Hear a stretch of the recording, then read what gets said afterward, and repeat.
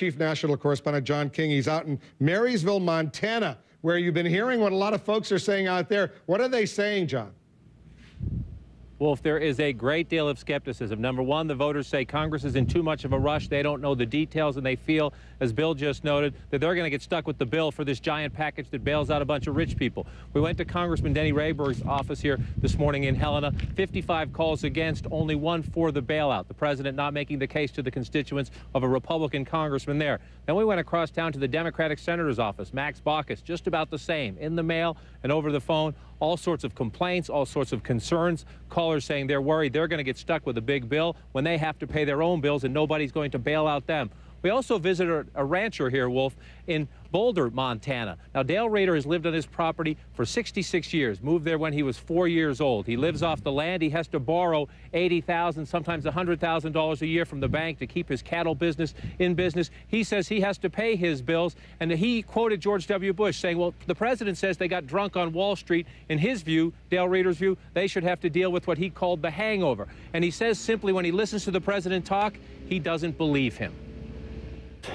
And I was born during the days of FDR, and FDR said that we have nothing to fear but fear. Well, this is exactly the opposite. They're preying on our fears. If we don't bail them out, the rest of you are going to go down the tubes and we'll have another depression. And I don't like the idea of this fear tactics. Who knows what it's going to do to us? We don't know, and they understand that, and that's where fear comes in. A great deal of uncertainty from people like rancher Dale Rader, Wolf, and what I can tell you, it's sort of sad in some ways. The president addressed the nation last night, and you ask Americans of both parties whether they believe him or not, and many are saying just what Dale Rader said, that because of what happened in the Iraq War, the president said there was this great threat, told the American people they needed to trust him, he needed to act fast. They say he's simply not trustworthy at this point of his presidency right now, and they also say they don't much trust the Democrats or Republicans in the Congress either. So it is in that distrustful political environment you have this enormous economic anxiety playing out, Wolf. And what are Montana's elected leaders saying to you, John? I know you've been speaking with them.